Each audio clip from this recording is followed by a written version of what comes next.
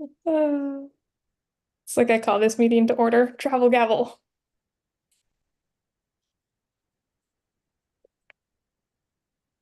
All right, you are now live.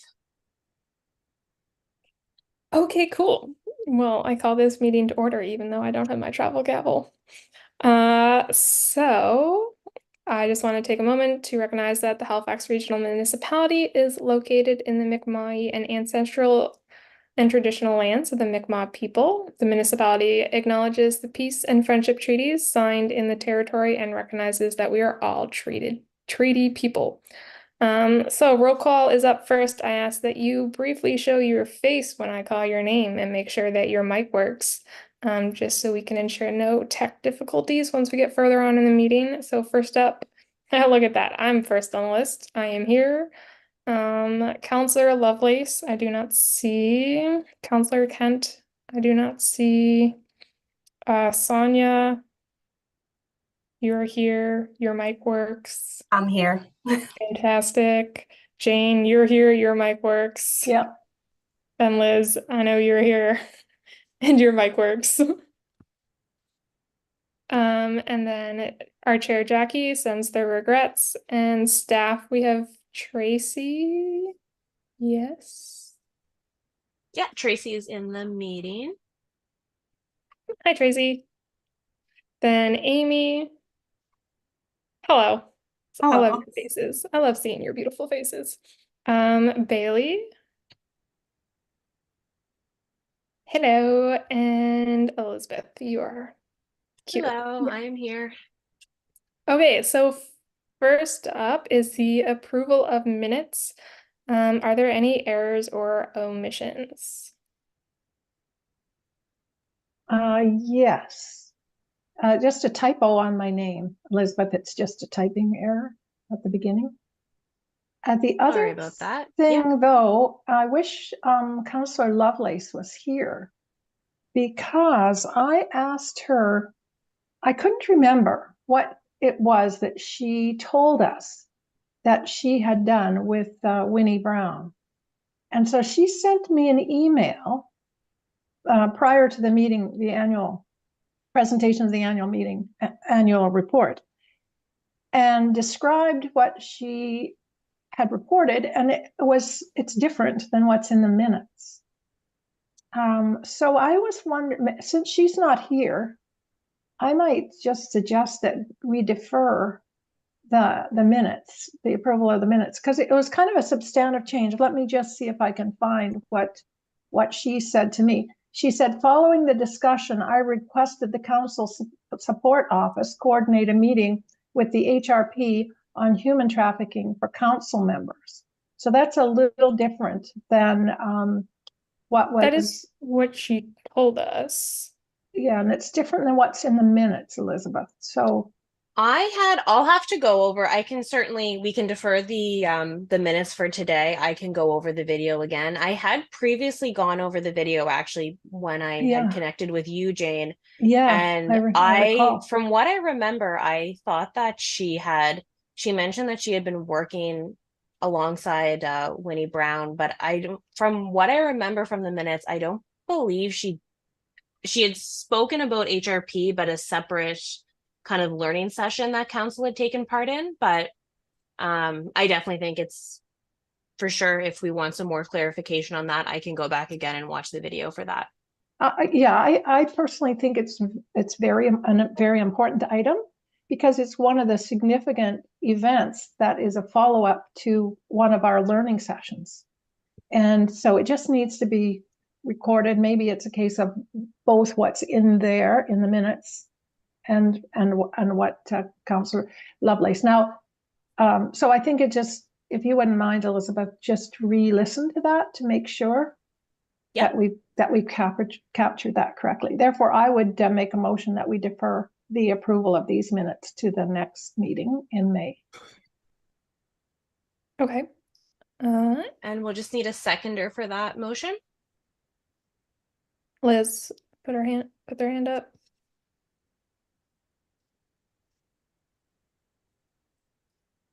Okay. And then just as normal, you can call for the question. So are there any questions? Or No, sorry, it's- call for the question for the Oh, motion. I see. Yeah, Yeah. got you. Can I just help Hannah? So it just, when they call for the question, somebody says question, that means they're asking you to take the vote. So Gotcha. you call for the question. Yeah. So if Cool. I say Thank you. question, All those in favor, say aye. aye.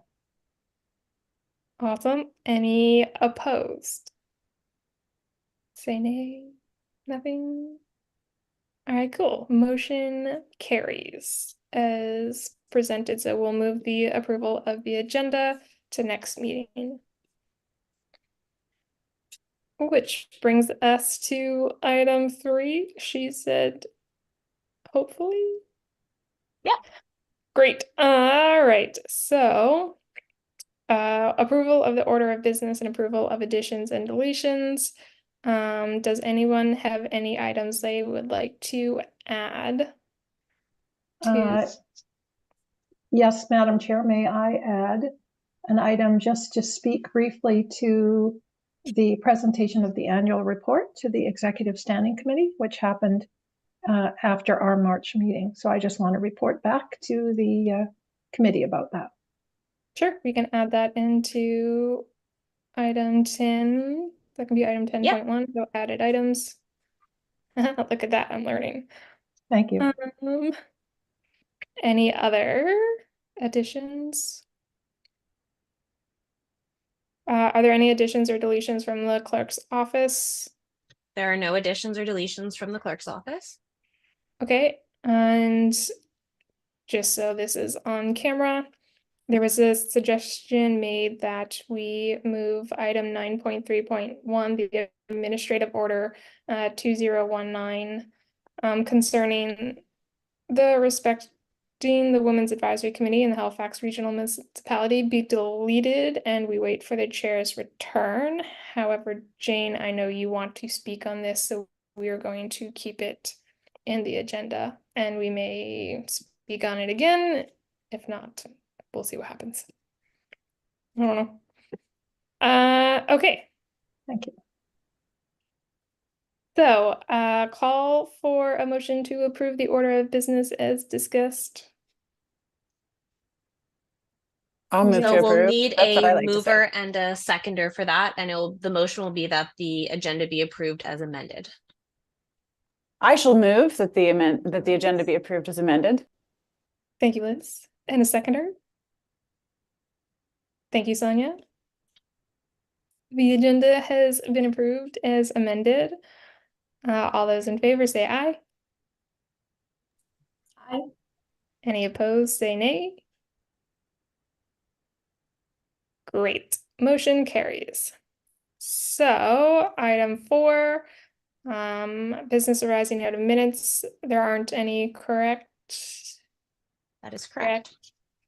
So this is now a time for anybody to declare any conflicts of interest.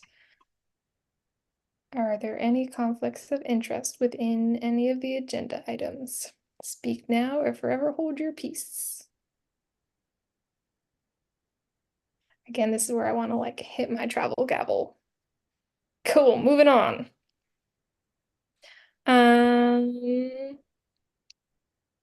We don't have any considerations of deferred business, correct? Correct. Was there any correspondence, petitions, or delegations received by the clerk's office? No correspondence or petitions have been received by the clerk's office. Great, and we don't have any presentations? Correct. And there's been no information brought forward. Okay, so item 9.1, staff overview and planning and development at HRM. Talina, I'm sorry if that's not how you pronounce your name. I believe you and Dave are up first to give us a presentation. So Talina, I just promoted you to co-host, so you should be able to share your slides. Okay, Or perfect. if- My mic works working all right? Yes. Yep, we can hear you Okay. great. Wonderful. Dave, not sure if you want to say a few words before I hop into it? No, I think just some introductions, really high level. I want to let Talina kind of take this away, but I'm Dave Patterson with Regional and Community Planning, and Talina is also with Regional Planning. And so this is just really a high level overview of GBA Plus in relation to planning. We took a very high level look at this. And planning and development is a fairly large department. We have whole groups that are dedicated to specific applications, whole groups that are dedicated to community planning. But we're really coming in at this at the sort of the highest level and then zooming down to sort of contextualize the conversation. And I also just wanted to note, I realized that the conversation at the last meeting was both on a general overview of planning from a GBA lens, but also looking at the specific heritage application on Russell Street in North End Halifax associated with the Ward 5 daycare. And we don't have much to share on that specific application. We opted in this presentation to really focus at the high level. Hoping that this conversation can inform more discussion that could be more specific on that kind of application, but to give that bigger context. So we do have a team of planners that work on heritage applications. They're not here in this meeting, but we can bring back to them, or we can have a carry on conversation for that one. But I just wanted to contextualize that we're looking at the really high level here of planning. But with that, I'm happy to let Talina for you to take it away. Great, that sounds good. All right, I'm going to share my screen here.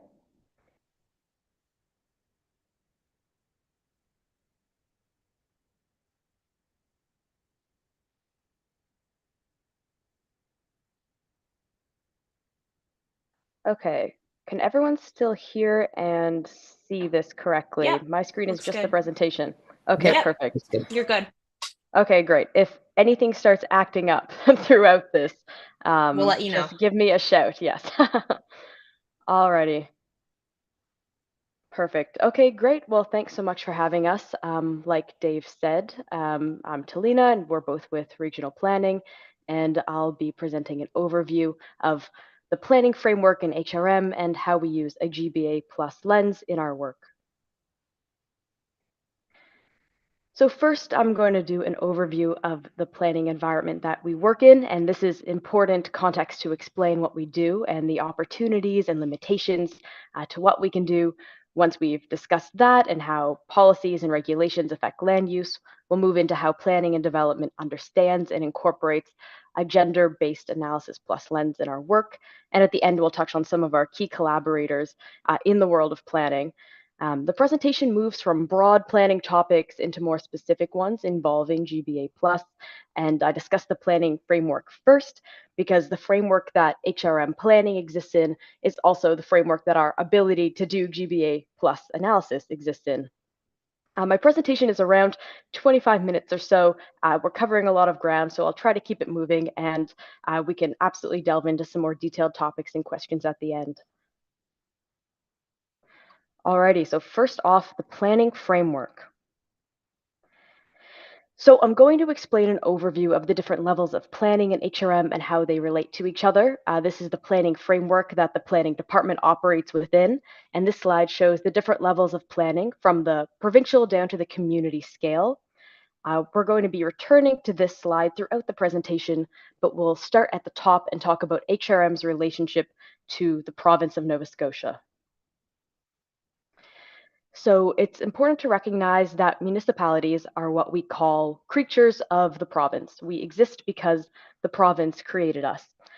Their ability to do that comes from all the way back at Confederation, the Constitution Act of 1867, which you're seeing here on the screen in that little snip, which says that municipalities are subject to provincial legislation. So we as HRM exist as an entity because the province of Nova Scotia essentially allows us to, but so our responsibilities can be changed by the province or even done away with entirely if the province chose to do so. So our legislative authority is given to us by the province through the charter. This is the primary legislation that the municipality operates under, and it sets out a wide range of responsibilities, including taxation, how council runs streets, and of course, land use. Part 8 of the charter deals with planning and development. And in this snip of section 208, you'll see where it says that the municipality can assume the primary authority for planning in its jurisdiction by creating planning strategies and land use bylaws as long as we're aligned with provincial interests. So the province allows us to regulate land use and create planning strategies and land use bylaws. And we'll now look at what those strategies and bylaws actually look like. So returning to this slide, we'll move down from the provincial level and now consider HRM as an entire municipality. There's a need to plan for this entire area holistically, and that's where regional planning comes in. We have a regional municipal planning strategy, also called the regional plan. And like Dave mentioned, this is the level of planning that the two of us work at. The regional plan sets a common vision, principles, and long-range, region-wide planning policies outlining where, when, and how our future growth is going to take place. It sets strategic direction for planning by establishing the overall policy framework for planning in the municipality. So when we talk about policy, we mean an action a government can take.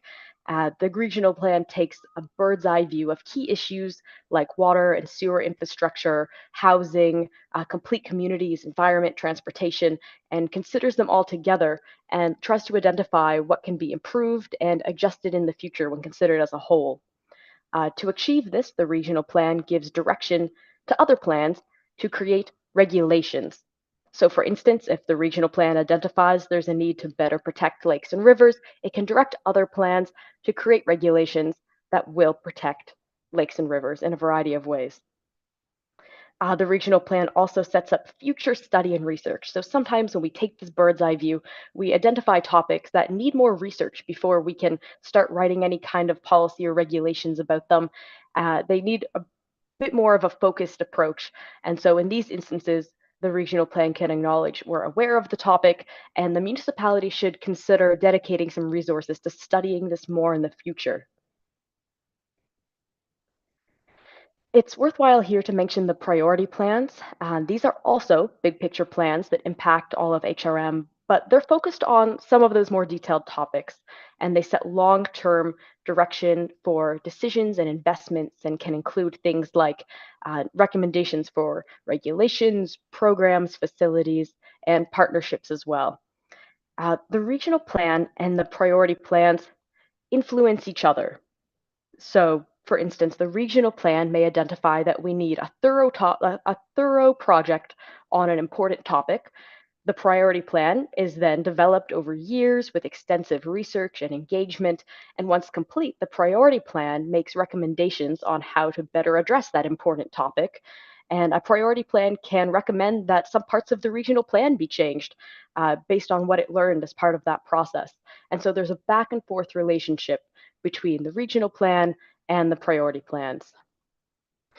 We have 5 of these, and you've perhaps heard of some of them. The Integrated Mobility Plan, or IMP, is a plan for how we move people and goods, essentially. The Green Network Plan protects ecologically and culturally important land and aquatic systems by setting out an interconnected open space system for HRM. HELIFACT, of course, our climate action plan. People, Prosperity, Planet, our economic growth plan that sets out the roadmap for economic development over the next 5 years, and Sharing Our Stories, which is the vision, principles, and priorities for us to guide investments and decisions related to culture and heritage.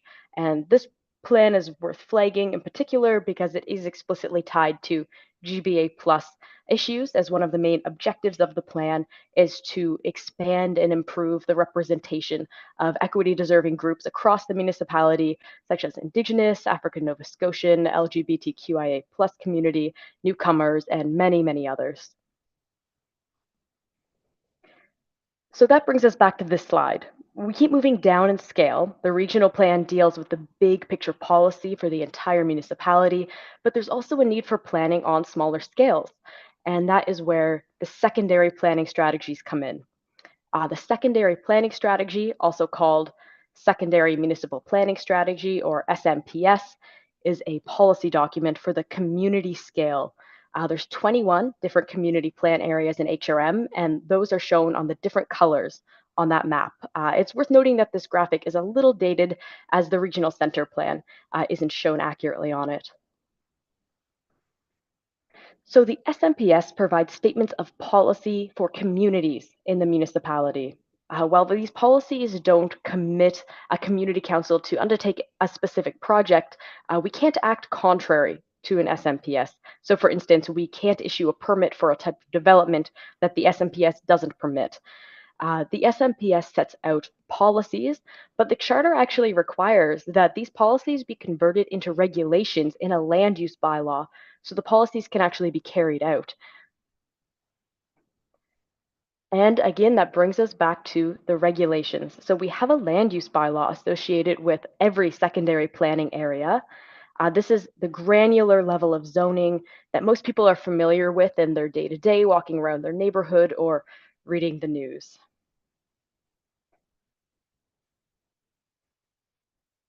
So land use bylaws provide detailed land use regulations and divide the municipality into zones. These zones enable or prohibit specific uses.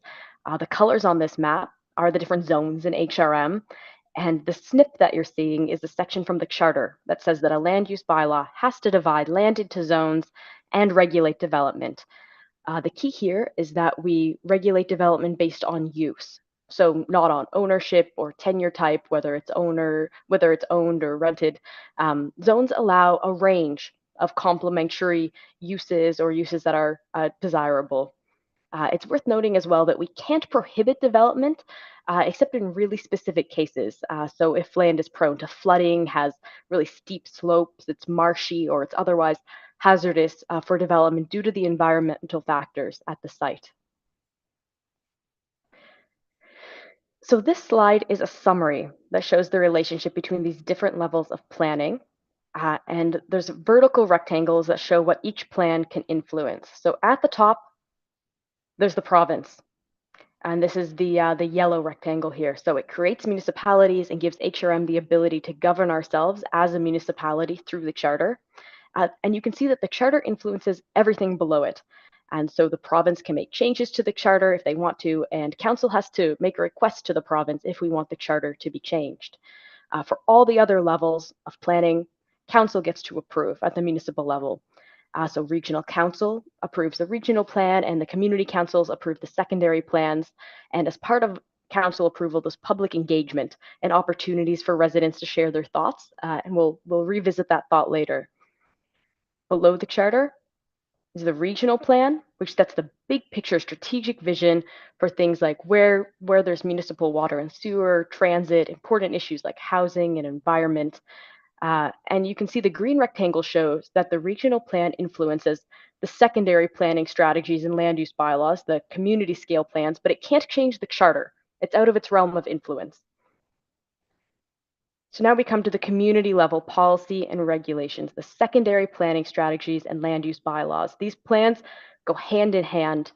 For an analogy, if the planning strategy is the architect, then the land use bylaw is the construction crew carrying it out. The secondary planning strategy sets the policy, and then the bylaws carry those out through regulations. And so the bylaw has to reflect the secondary planning strategy and vice versa. They can't say different things. And note again, the community level is at that dark blue rectangle, and so they can't change the regional plan or the charter. So this vertical structure really shows that the policy and implementation flow top down, and the plans have to be aligned. So it's a lot of information, but that's the big picture of the planning framework in HRM and the context that our day-to-day work and planning happens in. With that in mind, I'm now going to explain the main pathways to development that exist in HRM. So in other words, what does it actually look like when someone comes in the door to the planning department and says, I want to build a building or I want to open a business at this site, how do I get approval? There's three main development options in HRM. The first is as of right development. The second is enabled planning applications. And the third is municipal planning strategy amendments. And I'll talk through each of these in turn. So first off, as of right development. So this is a development that meets the regulations in the land use bylaw, the existing one as it is found today. So as part of approving that land use bylaw and as part of developing it, council heard from staff and the public and agreed on the regulations for what's permitted in each zone. So we don't need to do additional public engagement and council hearings every time for these developments because the developments are meeting what was laid out. It's not a free-for-all though, and land use bylaws often include really detailed provisions around things like height and architectural features, parking, landscaping, many different features for as-of-right development. So this is an example from Center Plan, the regional center plan. So if someone comes in and says, I want to build a multi-unit apartment building in a corridor zone, we look at this zoning table from the bylaw, and we can see that multi-unit dwelling use and corridor zone use have a dot where they intersect, and that means it's permitted. So we don't need to do further engagement. We don't need to go back to council because the detailed requirements of what they're going to have to meet were set out when council adopted that plan. And so the image of the building on the right shows an example of some of the height and building design requirements that, for instance, someone might need to meet. As-of-right development tends to be the fastest type of development in terms of obtaining approval because the requirements have already been agreed upon and everyone can access those, both developers and members of the public. There's a great deal of certainty in terms of what's permitted in different places. This is a second example of as-of-right development. I wanted to include this as this is what most of our land use bylaws outside of regional center look like. This is from Beaverbank, Hammonds Plains, Upper Sackville land use bylaw. And you'll note that the bylaw lists general categories for what kinds of uses are allowed. So in this C2 general business zone, you can have retail stores, food stores, and so on. And the reason we use these kind of general categories is because overly prescriptive zones can result in vacant buildings. So imagine, if you will, a make-believe zone that only allows clothing stores. Instead of a variety of commercial uses, you can only sell clothing in that zone. It might sit empty for a while if there's no takers, if people aren't really interested in opening a specific store type at that location. And so that's artificially constraining what can be built there. We need strong policy rationale for why uses are allowed in one area and not allowed in another. And so if someone approached us in this imaginary zone and said, oh, I'd like to open a bookstore, it would be hard for us to justify why someone could sell clothes here but not sell books when they're really like quite similar uses. And if we did refuse in that case and say you can't open this, then we end up with, again, this vacant lot or this vacant building that's not providing any benefit to the community at all. And so again, where we can only regulate based on use and we can't require property owners to create specific businesses, permissive zoning is what we use to help create opportunities for a variety of complementary uses and different business types. So that's as-of-right development, fairly straightforward. If you meet what's written in the bylaw today, then you're good to go. Now, another type of development is an enabled planning application. So these are applications for things like rezonings, land use bylaw amendments, development agreements that don't require change to the policy for that area. So these are decisions that are made by community councils where we're changing some aspect of the land use bylaw or how the regulations work, but it's still consistent with the policy for that area. So these are for developments where the existing policy enables something, but the applicants still need to come through council as part of determining the detailed land use regulations. So since the development isn't following the typical existing land use bylaw requirements, there needs to be more opportunity for input from staff and residents and members of council. So again, this is an example from the center plan land use bylaw. And this section says that if you want to do a development on a heritage property, and that kind of development isn't already allowed in the bylaw today, isn't already allowed as of right, you can apply for a development agreement. And a development agreement, or DA, is a contract between the landowner and the municipality that says how that piece of land can be used, and it's a type of enabled planning application.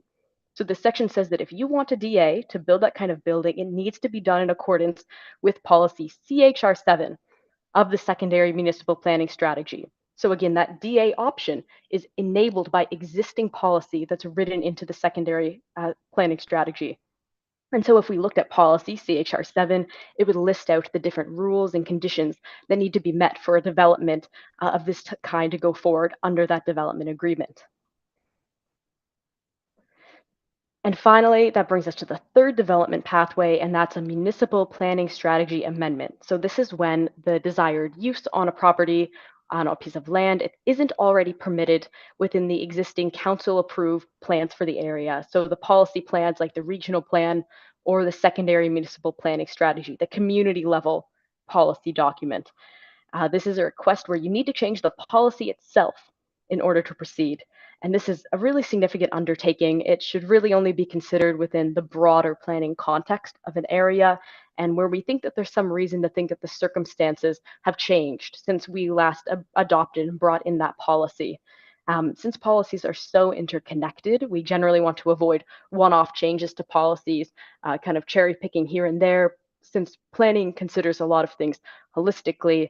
If the policy is getting amended in one area and one location, we need to see if that fits with the overall vision for that area and what the reason for that is. And so this is an involved application because there can be really wide-reaching impacts when you're changing the policy. So this will help summarize those three options. The first, again, as of right development, it's when you meet the detailed zoning requirements set out in the land use bylaw today. You don't need to make any further changes. Enabled planning applications, it's when the proposed use or development, it doesn't meet the land use bylaw regulations as they currently exist, but they have options under the secondary municipal planning strategy. They have policy options that allow them to proceed if they meet certain conditions. And then finally, there's the municipal planning strategy amendments, and this is when you don't meet the land use bylaw and you don't meet the existing policy for the area. So you actually need to change the policy itself in order to move forward and have the kind of policy and regulations that you need. The development options become more substantial as you move down the page. The processes get more complex and the costs increase and the timelines increase from weeks to months to even years in some cases. So with all of that in mind, I'm going to move to the next section of my presentation and talk about how GBA plus analysis is most commonly used as part of HRM's planning process. So establishing the planning framework first, as we just did, is really important because as you saw, HRM planning exists within a really specific framework where we can influence some things, but not influence others. As a refresher, Gender-Based Analysis Plus, GBA Plus, is an intersectional and evidence-based process used to assess how diverse groups of women, men, and non-binary people may experience policies, programs, and initiatives. So the gendered lens that's offered by GBA Plus analysis is one lens that planners use when drafting policies and regulations. And GBA Plus encourages us to ask questions like, who's sitting at the table? Whose voices are we hearing? Who are we not hearing from? And intersectionality is a framework that helps us understand how people are shaped by the interactions of their different social locations. So some of those are shown on the graphic on the screen, but there's many other social locations and identities that shape people's experiences and perceptions of their lived environment. So there's three primary ways that a GBA Plus lens is used in HRM planning. The first is through our public engagement, and then supportive policy, and finally collaboration with partners. So starting with public engagement, it's important to highlight that engagement is part of every plan that we do. It's a critical step in developing, refining, and finalizing policy. Feedback from residents and different stakeholders lets us know whether the policies and regulations are working as intended or whether we need to revisit them. So every plan on this page, all the ones that we just talked about, they all require public engagement. So what does that engagement actually look like and what guides it? Given that public engagement is a vital part of planning, and we do it really frequently because we have many plans and many policies on the go. Staff developed a planning and development public engagement guidebook. So this guidebook helps staff to determine the appropriate level of public participation for engagement and identify resources that provide community context. So things like what existing plans, what work has been done in the past, the socioeconomic characteristics of the area, the languages spoken, how familiar are people with the content we're going to be talking about. The exact engagement can vary from project to project, and following the process in the guidebook is a useful exercise to identify how to do engagement in that specific case and best engage with the community. So these are the steps outlined in the guidebook for our engagement approach. I'm not going to go into depth on all of them, but generally, in broad strokes, we first assess why. Why are we doing engagement? What are we hoping to get out of it? The next step is familiarizing ourselves with the community, what groups we're aware of, the history that we've had doing engagement in this community, what topics of concern we know about, developing an engagement plan, looking for opportunities to meet the communities and the different groups in a way that's going to be helpful to them and to us. Identifying barriers to participation is really key, making sure that we're not making assumptions about people's ability and interest to access the different types of engagement. We try to cast a wide net. We design engagement activities with that in mind. And then we deliver engagement to these different communities. And ideally, again, we're trying to capture as many diverse viewpoints as we can by not just doing one single type of engagement. We take that information that we hear from people and we review and analyze. We write reports, what we heard reports typically, and then we evaluate the engagement at the end and see what voices did we hear, who were we missing, how can we do better next time, where were some areas that worked and what were some things that didn't. So in looking at this process, a GBA lens honestly can be used at virtually every step of the process, but the ones that are highlighted are some of the areas where a GBA plus informed approach and lens can really be front and center. So when we explore who's part of a community, what engagement activities are best to reach them, what barriers people might experience in taking part in our engagement, and the planning process, and whether our actual engagement events are meeting the needs of diverse communities. So when we use this GBA plus lens as part of those engagement steps, there's a few guiding questions for us outlined in that guidebook. We ask what approaches and outreach will help to ensure all those who need to be engaged can fully participate. We ask whether we have personal relationships and trust with the people or groups being engaged and how we can build that trust. It's not enough to just show up in communities when we want something from them, when we want feedback. It needs to be an ongoing conversation, and that's something we're continuing to work on. And we're trying to figure out as well, how can we create opportunities for the people who are least likely to participate? And there's equity deserving individuals and groups who are at greater risk of exclusion, and that include but are not limited to this big list on the screen here. So we know that these communities are less likely to participate in public engagement, and we try to critically examine the viewpoints we're hearing during engagement to see if we need to refine our process or try a different approach. And again, this is an ongoing effort, and we continue to work with colleagues and groups like diversity and inclusion to improve and innovate in our engagement practices to better reach all of these communities.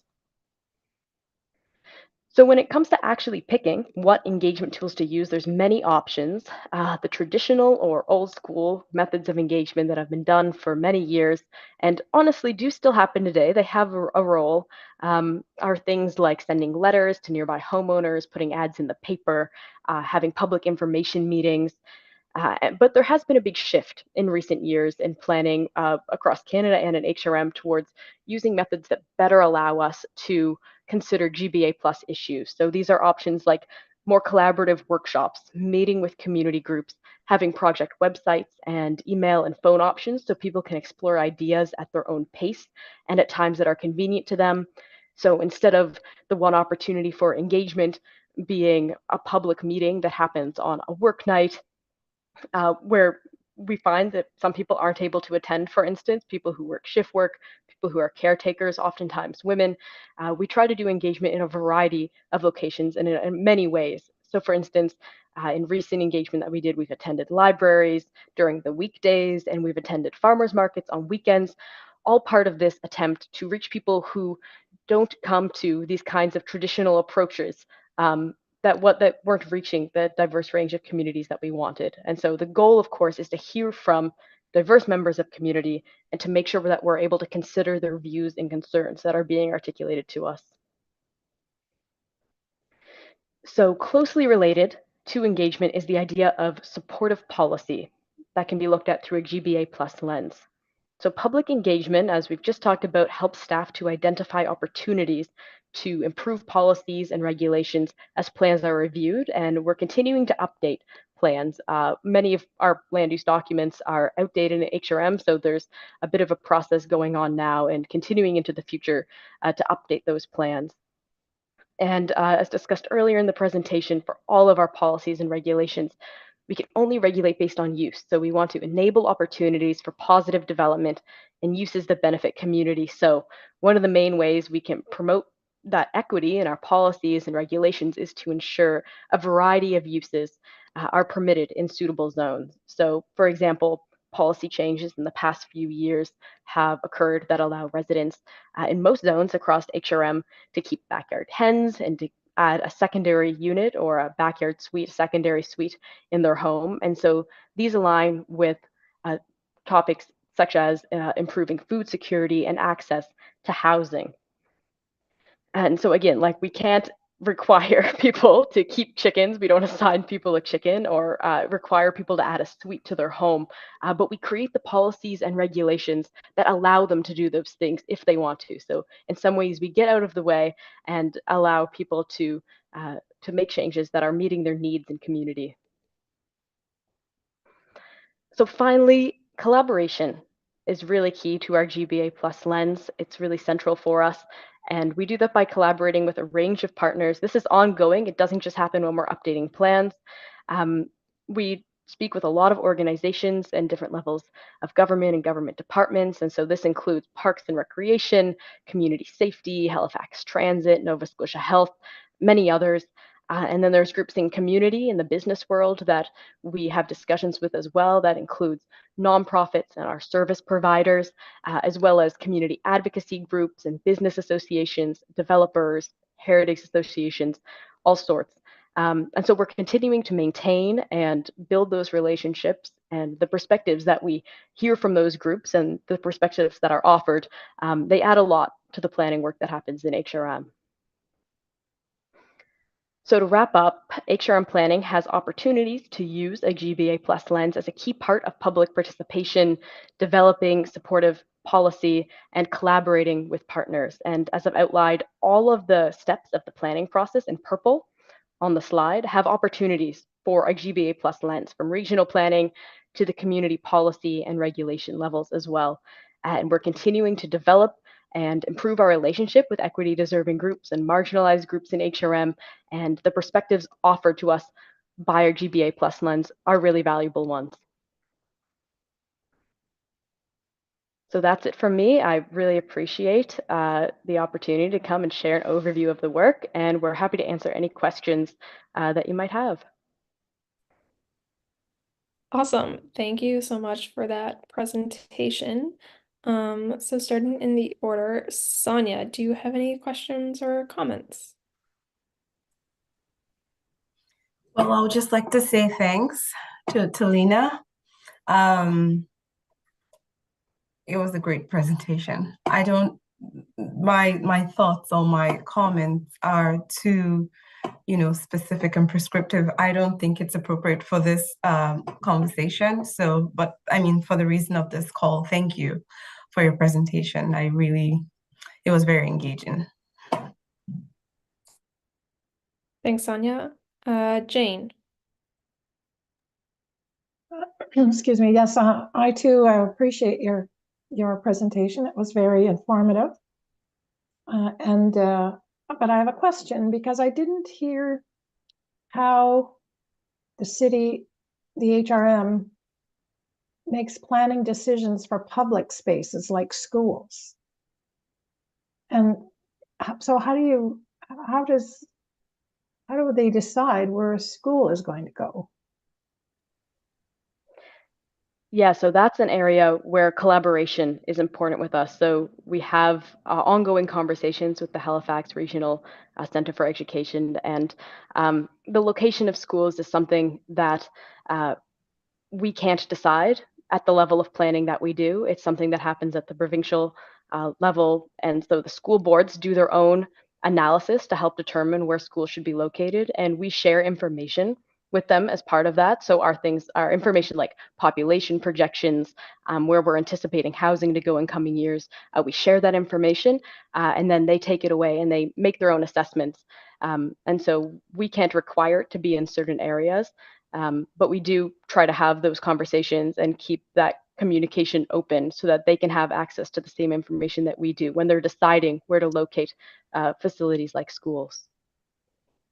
So just to follow up, what you're saying is that a citizen who is trying to influence where a school might go needs to be addressing their concerns to the province and not the HRM. That's right. From Okay. the HRM planning stance, we can't influence where schools Okay. are located. Okay, thanks.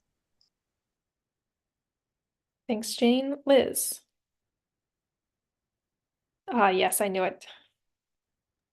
I want to start by saying two things. Number one, as a fellow bureaucrat, just want to recognize the very high level of technical skill that went into developing and delivering that presentation. Truly magnifique. Also, Sonia, you're really letting me down, girl, because as a fellow policy professional, I really am dying to know the comments that you're holding back, and I am hoping that you will feel empowered to share some of them with us, because I imagine, based on your usual contributions, that they're probably quite acute. And I suspect that you and I might be experiencing some of the same questions. The presentation gave a very complete overview of sort of Municipality 101, which was great, a really good refresher and reminder for all of us. And it was pretty clear on how GBA Plus is used to inform stakeholder consultation, including public consultation. The piece that I think is missing is where it informs policy. And I know that, the result of consultation informs policy, right? When we're making policy, we go out and do our consultation with the public and with stakeholders, and then we use that to decide what our policy priorities are going to be. But one thing that I'm still left curious about is, how does that GBA Plus lens filter its way down to the actual policy and regulatory decisions that are within the municipality's purview? So if we're talking about, what land uses are permitted, how does GBA Plus influence those decisions? If we're talking even about what levers the municipality has to encourage or discourage certain kinds of permitted development, I would love to hear more about how GBA Plus influences that. And the reason why I'm asking is, a case has been brought to our attention that shows that in this circumstance, the system that we have in place is perhaps not in alignment with our stated objectives, right? Or if it is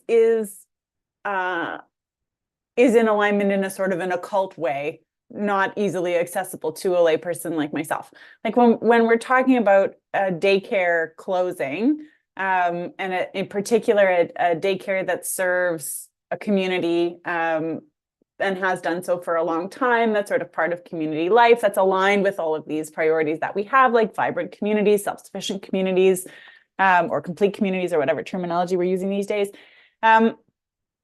It feels like what I want to know more about is, okay, what are the considerations that went into that? And if it's just, well, this falls within the land use that's permitted, we can't say, no, you can't do this thing because we don't like it. If it falls within the land use that's permitted, there has to be boundaries for government. I'm totally on board with that. But then I want to ask myself what levers actually are at the municipality's disposal to guide the growth of the kind of city that's aligned with our strategic priorities, right? So that's a lot of questions all in one question, but I'm hoping you can give me a little more clarity on that piece of it. Yeah, absolutely. It's a great question, and it kind of comes back to, as I outlined in the presentation, this idea that in land use planning, the main way, like the main lever, I guess, is this idea of zoning and having permissive zoning to allow different uses. So if we're listing out 5, 10, or 20, 30 uses that are permitted in an area, there's very, very few tools, arguably no tools available to us to require a property owner to pick a certain one of those uses that are allowed to them.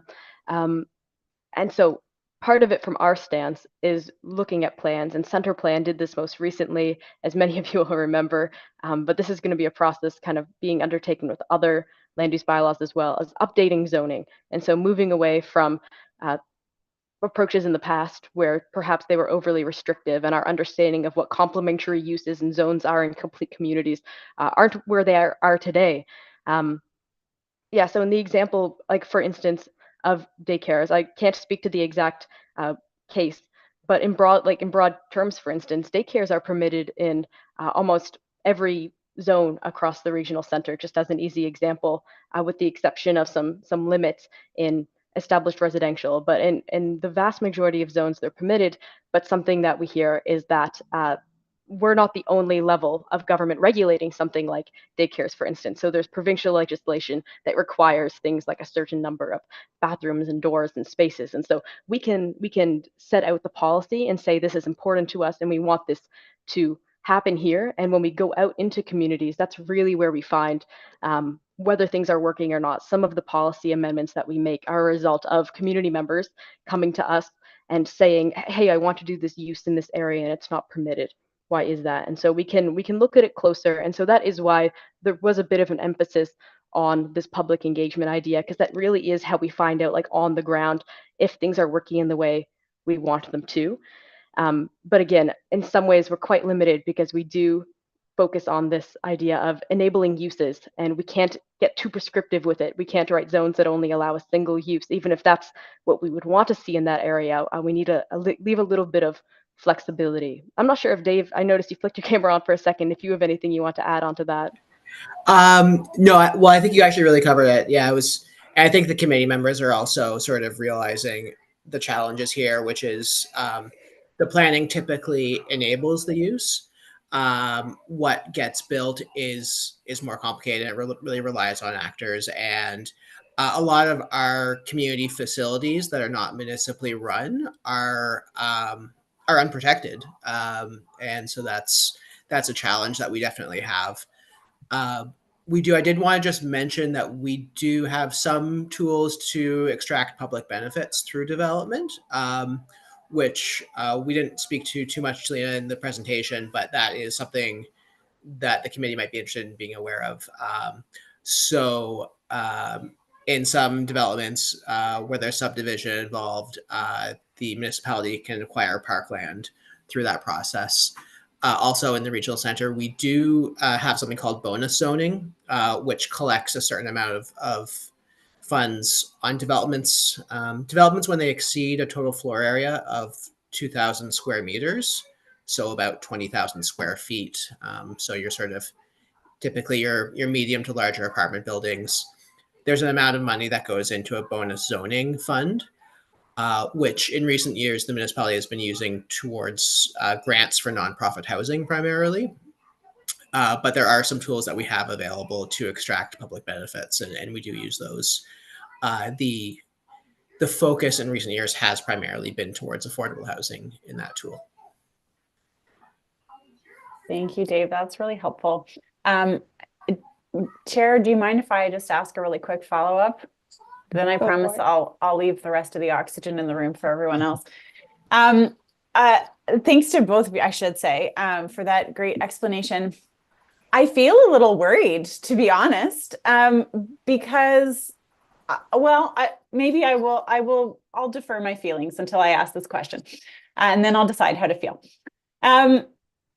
So obviously we can't be prescriptive, and I am in favor of sensible boundaries for governments directing the economic activities of citizens. That's a plus.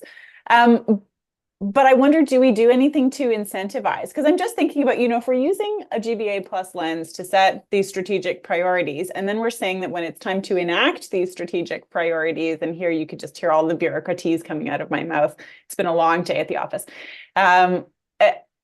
It's hard for me to envision if when we operationalize these policies, we're saying, okay, but fundamentally, like once we set the zones, what determines what goes there is market forces. It feels really challenging to understand how we could, in fact, like, what's the point of government is what I'm trying to say in the most polite way, right? Like the point of government is to provide an oasis to protect needed services from market forces. Market forces do not support things like public services. They just don't. That's why we have a government. So I guess I'm wondering, do we use incentives of any kind? Like, do we do anything other than prescription to try to provide that counterbalance to market forces? Or are we just kind of like, well, there it is?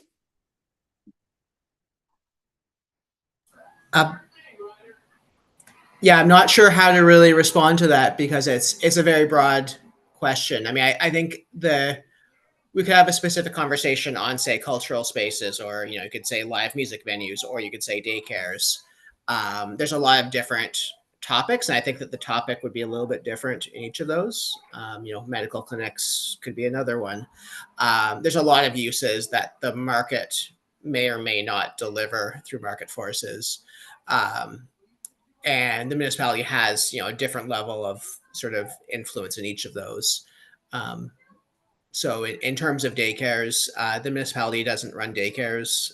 Parks and Recreation does provide some spaces to nonprofit organizations to operate daycares in their facilities. But I think it's a challenging conversation of, where are we being the regulator versus where is the municipality being the investor? And that's really where it comes from is this a question around investment or is this a question around regulation? I think that the two of those things would be quite different.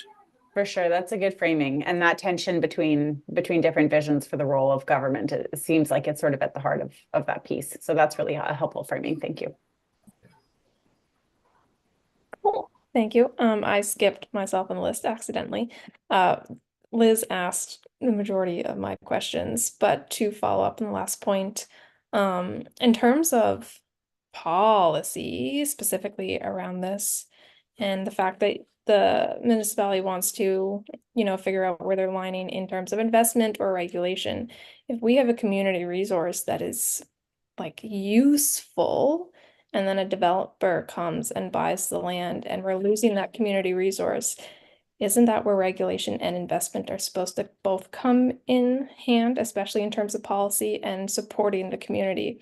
Because if we're letting developers do that, which we're seeing more of, and we're losing community resources, or we're seeing more vacant buildings, then from the community standpoint, at least, it looks like the city is not investing in the community at all. They're not investing in the people. They're investing in the money from the developers. So I'm just curious, is there a middle ground where investment and regulation do meet for community resources that are doing very well and are investing in the community? Yeah, I mean, it's a tough question, and it kind of sits at an intersection of planning's work and also work from other groups.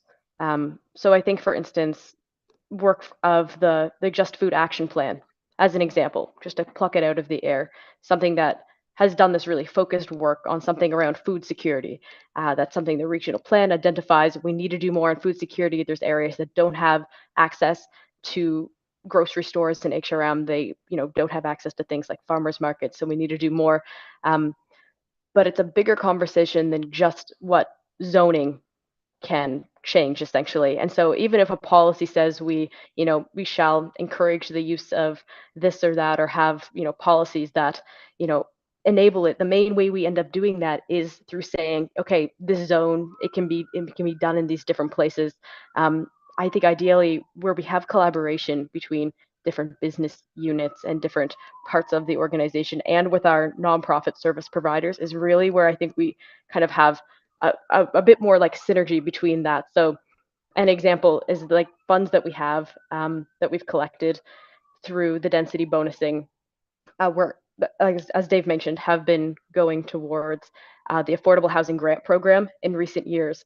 And so that's an example of a situation where we can't zone land to only permit affordable housing. It's not something under the charter that we can do, but we could say residential uses are allowed here. If it's surplus land that we already have, we can give it essentially to nonprofits for, we've sold it for, I think, $1 in the past. Like that's a surplus land category. So there's opportunities to either use funds that we've collected or land that we have to then enable those providers to provide those services that we need.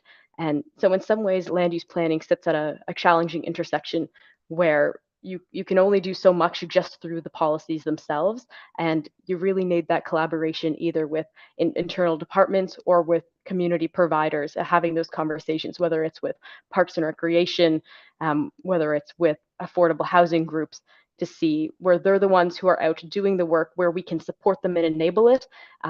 But where land use planning, we can't, go out and build those uses ourselves, and we can't really create a zone that would only allow those uses. It's really for us about making sure that our policies aren't in the way of good work that wants to happen, and also seeing where there's opportunities to draw connections to say, we're going to look at work, for instance, from the Just Food Action Plan and go into our plans and update areas based on their recommendations, where we can better support the work that they're doing to try to, for instance, allow farmers markets in more locations. So kind of a broad answer, but I hope that kind of answers it a little bit. It does, thank you. And I appreciate the presentation and the time you put into it. It was very informative. Are there any other questions, comments before we move on? Can I do one Liz. more? I promise it's so little. So can I just, is the main limitation the charter? Because that's what I hear sort of when I sort of ask, like, why don't we do this? Usually the answer is the charter. I just want to pick on the daycare example just because it's there. Although the Just Food Action Plan is also great. And by the way, Backyard Hens is A+. I got a couple of chicks myself. But in terms of daycares, like plenty of municipalities across Canada do operate daycares. So is the reason that we don't do it because the charter doesn't permit us to do it? Is it because our budget's not big enough, because we're a comparatively small city? Like why? I'm just asking because you guys seem to know a lot, and I want someone who knows to answer my question. Well, you're pushing us to the edges of our knowledge, I think. And I actually moved here from working from another municipality that did actually operate its own daycares and did do that. And where we at HRM, I think we do operate in a bit of a zone where, Parks and Recreation does have a handful of recreation centers that have spaces that are operated by daycare nonprofits. I think one thing about it here is it has, from my understanding, traditionally been understood as a commercial use and also as a home-based business. So it's sort of gone into those categories in the past, and that's sort of the framework that we still work within, which is, so we usually will allow, looking at daycares of an unlimited size in commercial areas, but on sort of low density residential streets, I believe the limit is 12 kids in a daycare. So there is that bit of variation there. But I think that the big question is really where does the municipality draw its line in terms of programming, and where do we commit our resources? I think that's really the question there, and where do we support and work with partners when we think that that's a better role for partners to take that on. I don't know if Talina, if you had anything to add to that. Yeah, no, I think that covers it. It is, again, just one of those huge topics. And I do think that a limitation that HRM experiences, as many municipalities do, is like we do sit at this intersection where we're kind of down in people's lives in a really front-facing way. Like when people walk around, they see the zones, they see what's permitted. But a lot of the things that influence do happen at these larger scales based on, even federal and provincial legislation. And HRM, can't run a deficit in the way that other levels of government can. And so we have a really huge municipality, just around the size of PEI. It's really dispersed outside of the urban core. And so kind of having the financial ability and getting into the business of essentially municipalities working as, development corporations almost, is something that other places have been at for years, and HRM has not been in that kind of position. And honestly, I think political will and funding are probably aspects that play into it in some sort of way as well. It's really complex, it's intertwined, but yeah, I don't think, at least not to my understanding, that it's not a matter of just like a single amendment to a plan or something that would solve it. I think it's a bigger framework that needs to be aligned with even the province, for instance, on the topic of something like daycares. Thanks to you both. That's really helpful. And I promise I'm going to stop asking questions now. Questions are welcomed. Any other questions or comments? Okay, great. Well, thank you both for your time and your presentation. Elizabeth, you're on mute. Thank you. Just prior to moving on to the next item, I just wanted to very briefly speak to the case file that I know Dave touched on it very briefly at the beginning of or before the presentation. Staff, myself included, have been in contact with the heritage planner who was assigned to that specific case, and I do have an email that I can circulate to the committee from that planner regarding the specific development at St. Mark's Church. That'd be great. Thank you. I just wanted to mention that. Appreciate it. All right. If nothing else, thank you very much. We appreciate all of your time and energy that you took to give us all of the information. And we look forward to the next time that we get to bomb you with questions. So moving on to the next item on the agenda, 9.1.2, updating on combating Islamophobia and improving the safety of Muslim women and girls report. And I believe, Amy, you're presenting this one? Yes, yeah, I am, Hannah. Thank you. And Elizabeth, I think you're. Sorry, I keep forgetting that I'm on mute. Okay. I have your slides ready to go. Okay. I'll just be a moment for me to share my screen.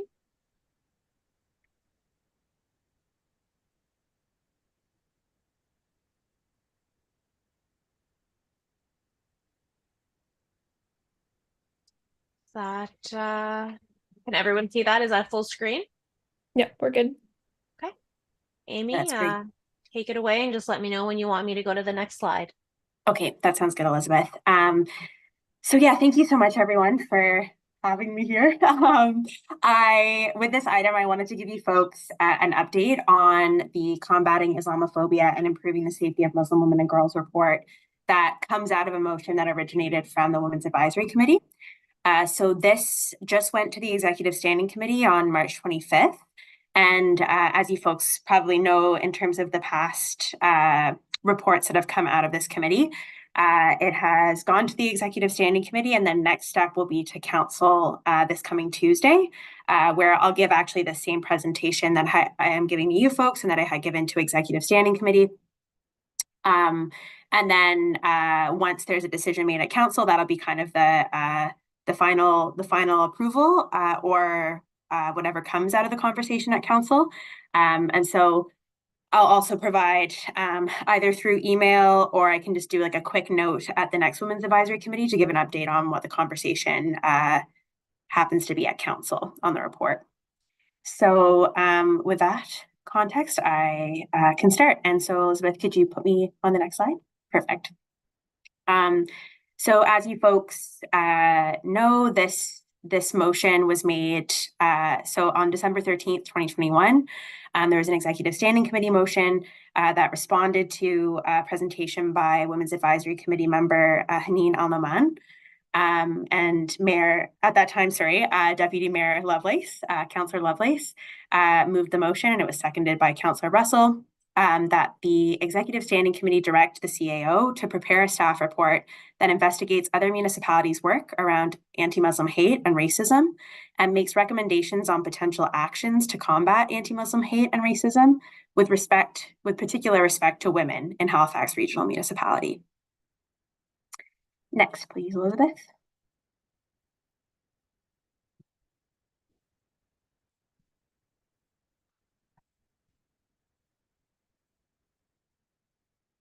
So I think, Jane, you may have been the only member who would have been around when Haneen made this motion. So some of this will be familiar to you. And folks in the room, I'm sure, already know a lot about the issue of Islamophobia. But I'll provide some of the background information here around the importance of this work in the report. So Islamophobia is defined as stereotypes, bias, or acts of hostility and violence towards individual Muslims or followers of Islam in general.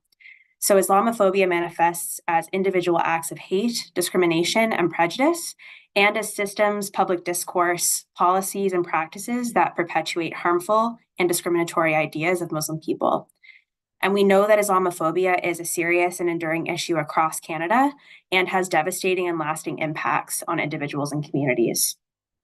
So between 2016 and 2021, more Muslim people were killed in targeted hate attacks in Canada than any other G7 country.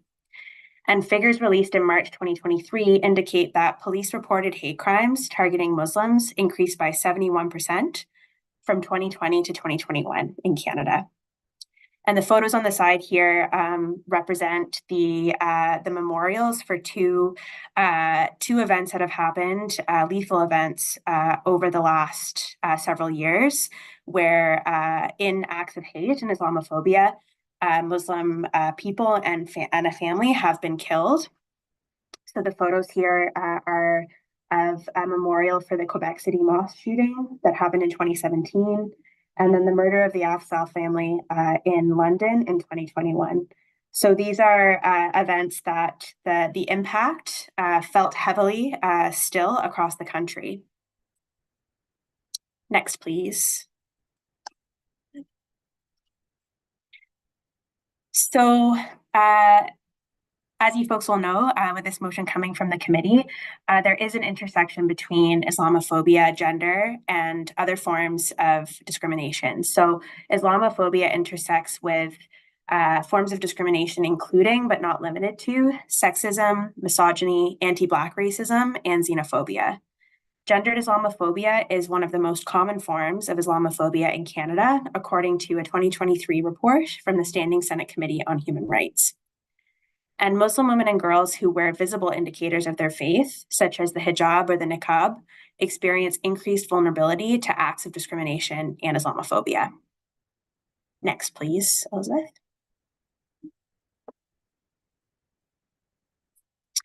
So to conduct or to create the report, these are the methods that staff use. So we reviewed the National Council of Canadian Muslims recommendations to the Emergency National Action Summit on Islamophobia. And this was one of the key pieces of research that Haneen had referenced in her work when she gave the presentation to Watch and to the Executive Standing Committee. We conducted a jurisdictional scan of what other municipalities across the country are doing to combat Islamophobia and support the safety of Muslim women and girls. We engaged with Muslim women and girls here in Halifax, and we conducted a scan of HRM efforts already underway that relate to these issues. Next, please.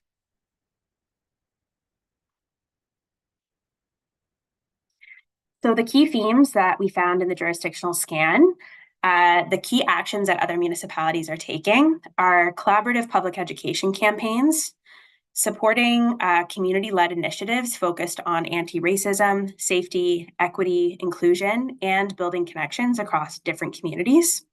And that support often comes in the form of grants and funding, and sometimes close collaboration. Accessible and culturally responsive reporting options for hate incidents and crimes. consistent public condemnation of Islamophobia by elected officials and senior leadership, forums where impacted communities can come together with municipal staff and decision makers to create collaborative approaches and action plans to combat Islamophobia. Sometimes that looks like mayoral advisory committees, roundtables, or working groups. Strategic plans that expressly address Islamophobia or that broadly address racism and discrimination, inclusive of Islamophobia. And initiatives that address the intersection of gender-based discrimination and Islamophobia.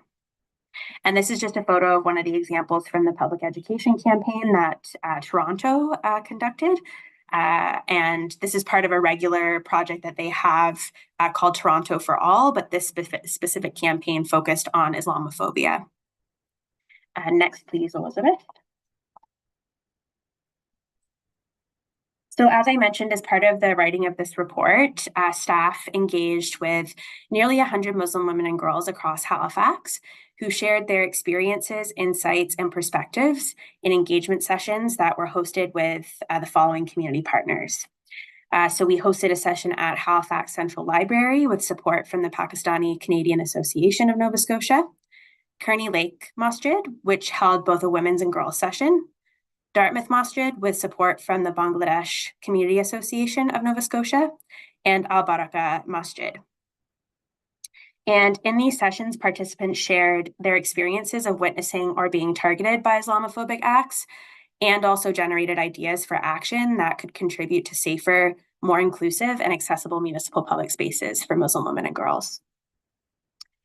And I'll just note that the engagements were co-designed and led by consultant Rana Zaman, who really led the efforts to ensure that the sessions were safe and inclusive for Muslim women, and that the community partners who we have listed here were really central to making those engagements happen and hosting us in their spaces and helping us to co-facilitate. It was really a critical part of the engagements. Yeah, next please, Elizabeth. So the next couple slides are the sort of high-level themes that we heard across the engagements. So we heard that increasing avenues and reducing barriers for Muslim women and girls to participate in civic life and municipal decision-making would be a helpful action in terms of increasing the participation of Muslim women and girls in public spaces, exploring the development of funding for community partners to co-design, lead, and implement anti-Islamophobia initiatives, supporting community-led programming that brings together Muslim and non-Muslim communities to learn and build connections together, increasing representation of Muslim women and girls in public spaces by including their images and voices and stories in our municipal communications and marketing materials. Next, please. Establishing public education campaigns and resources about recognizing and responding to Islamophobia and debunking harmful myths about Muslim people and understanding diverse Muslim communities in HRM. Exploring the development of a third-party non-police reporting system for experiences of harassment, violence, and hate that considers the diverse needs and experiences of Muslim women and girls. Providing training and resources to municipal staff to recognize and respond to Islamophobia. Ensuring actions to address Islamophobia are reflected in our municipal safety plans, anti-racism, and anti-hate efforts. Ensuring zero tolerance for acts of Islamophobia in municipal public spaces. Next, please, Elizabeth. Establishing initiatives that support Muslim women and girls to feel safer accessing public transit and feeling included in aquatic and recreation programs. Considering and reflecting the needs of Muslim women and girls in the design of municipal facilities, ensuring resources about safety and well-being are readily accessible in the diversity of languages spoken by residents in HRM, recognizing that not all Muslim women in HRM, but some Muslim women in HRM would speak languages other than English and French as their first language. Establish efforts to recruit, hire, and retain Muslim women in those frontline positions in police, fire, parks and recreation, transit, and Halifax Public Library so that Muslim women know that they have people who share their experience, look like them, can speak to and understand the experience that they may be having in a public space and feel safer to report instances of Islamophobia or discrimination. Next, please. So this piece here is the scan of the efforts already underway that the municipality is currently undertaking. So there was a motion made or resolution made on January 25th, 2022 by Regional Council that opposed legislation that restricts or prohibits rights and freedoms guaranteed under the Canadian Charter of Rights and Freedoms.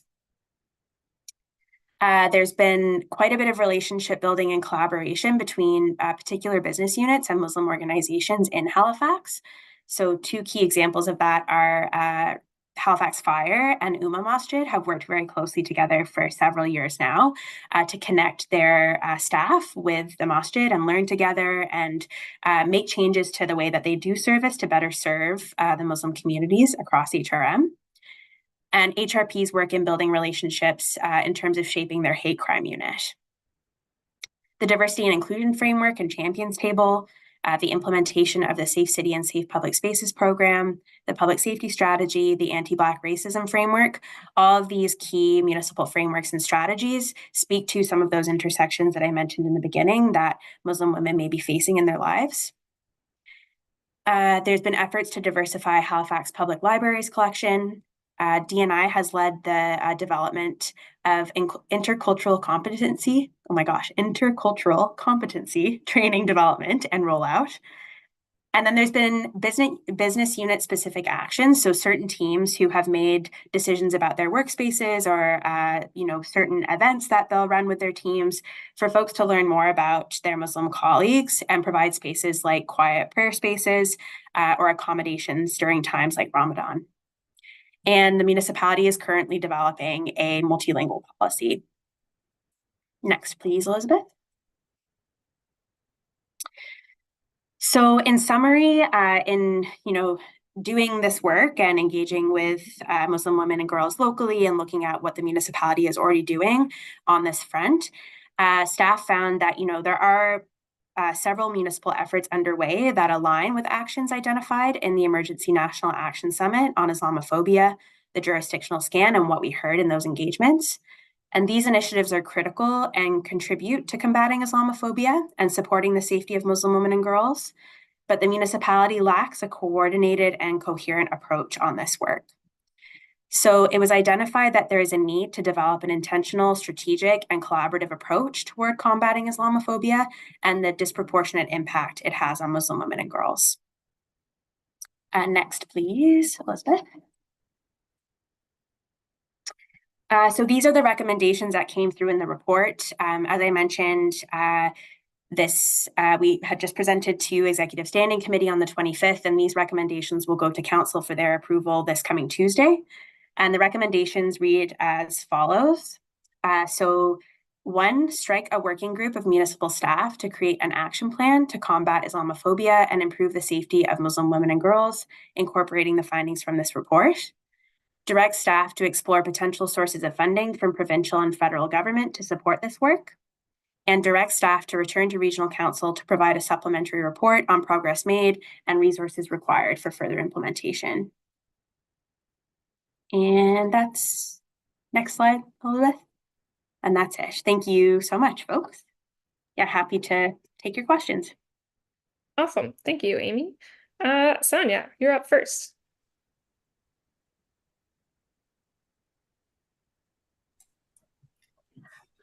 Beginning to feel like you're picking on me. Oh, well, Amy, thank you so much for that presentation. It's definitely a needed one right now. As you know, with one of the meetings where we met the other day. So I guess some of the concerns I would have had have been covered by funding. Once funding is made available and the right voices are at the table, hopefully there'll be progress, right? Because when I saw the 3 items, I was like, is that all? But then when I read through, it makes sense. Yeah, if I have more comments or questions, I will unmute. if Hannah doesn't use a gavel. Travel gavel. I need the travel gavel. Okay, cool. Thank you, Sonia. Jane. Well, thanks, Amy. That was a great, succinct update. Thank you very much. I don't really have any questions. I just want to reiterate how happy I am to see, well, it seems like it's slow, the impact that our actions as a committee. We set priorities first for learning. When we set those priorities, then we wanted to have certain kinds of presentations. Haneen made a presentation to the Women's Advisory Committee on this issue. She represented that community and went through to the Executive Standing Committee, and now we have a report and we've got some possible actions. And of course, it's never perfect. There's never enough money. It never moves fast enough. But you've done a tremendous job here, Amy, spearheading that. And really, really, hats off to you for sort of putting the wheels under the bus on this particular issue. Thanks, Jane. And I will just say, I should have mentioned this. I was remiss to mention this, that Bailey and Tracy, the diversity and inclusion and community safety, were close collaborators on this report. And so also just want to give kudos to Bailey and Tracy and Caroline, who was heavily involved in the work. But yes, thank you, Jane. Appreciate that. And to them as well, of course. Thank you. Thanks, Jane. Liz. Oh, Hannah, you skipped yourself again. No, this time I'm actually reading the correct list and I am at the bottom. I just have one small factual question. Everyone breathe a sigh of relief. Amy, on your slide where you were saying sort of action that's already been taken, you said there was a resolution made in 2022 to express opposition to legislation that violates the charter. And I would like to know if that was in response to something, because just coming from the outside without the context, I agree that we should not break the law. I am all for that and we should resolve to do that, but it seems a little specific. So I was wondering what the story there was. Yeah, no, absolutely, Liz. And it was kind of a more of a for brevity, not to put the whole thing there, but especially because this this presentation was designed for Executive Standing Committee who would have been involved in that resolution. But yes, there was specific background to that. So it was a motion that was put forward by Councillor Tony Mancini, and it was in relation to Quebec's Bill 21. Oh yes, okay. Yeah, so which is very related to the work that that you folks were calling for in this motion in terms of the disproportionate impact that that bill was having on Muslim women who were wearing the hijab or the niqab in the workplace. And so, yeah, that's what it came out of. Yes, makes perfect sense. Yeah, not just Muslim women, although of course Muslim women very much so, but members of my own community who also dress to reflect their faith were very impacted. And there is a large Jewish community in Quebec, so there was quite a bit of uproar about that. All right, thank you. Absolutely, Liz, yeah. Thanks, Liz. Great presentation. I also don't have any questions, but we very much appreciate all the work that everybody is doing on this and seeing it through to the end and continuation. So thank you, Amy, and the rest of you, Bailey and Tracy. We appreciate the effort. Thanks, Hannah. And like I said, I'll give you folks the update either by email through Elizabeth or at the next meeting in terms of how things go at council. But it is a public meeting, as all council meetings are. And so if you are interested, you can follow along online, or if you're even more interested, you could come in person and observe. But yes, that's available for you folks too to follow along with. Okay, awesome. Any other questions or comments before we move on? Okay, hearing none, typically we'd go on to regional council update, but neither councillor is here this evening. Yes, Elizabeth? So I would suggest deferring that item to the next meeting. There's two ways you can defer. Either you can pass a motion or the committee can just agree to defer the item. Cool. Does the committee want to agree to defer the item to the next time we have a councillor present? Yes. Fantastic. Didn't think we'd have much opposition there, but you never know. Okay, so moving on to item 9.3.1, the administrative order respecting the Women's Advisory Committee in the Halifax Regional Municipality. So we want to have a discussion around this. I don't have the approval of order of business. I'm lost here, Elizabeth. Oh, so this one, I believe you can just lead a discussion on that Yeah. and use the speakers list from the previous item. Cool. Sonia, you're going to be up first again. So Or Sonia can go last if Sonia needs a break. yes, I know. Thanks, Elizabeth. Jane, do you want to start us off for this one? Let me get on mute. Sure. So what I'm speaking to is kind of my recollection that Jackie was suggesting that the Women's Advisory Committee sort of title and mandate be expanded to include gender diverse people. And I want to speak to that because I don't think that's a good idea. I do think it's a great idea. I'm kind of a both and person. I think it's a great idea to have a committee that focuses on the needs of gender diverse people. So I'm not in opposition to that, but I'm concerned about adding it on to the Women's Advisory Committee. I've done a little bit of research on this. I think we would do well. I would encourage this committee to urge the city, the Executive Standing Council Committee, and the council to establish a new committee that would focus on the needs of gender diverse people. I would encourage us to follow the lead of cities like Vancouver. Vancouver has a separate women's equity strategy and another strategy that's transgender, diverse, and two-spirit inclusion strategy. So they're a both and situation.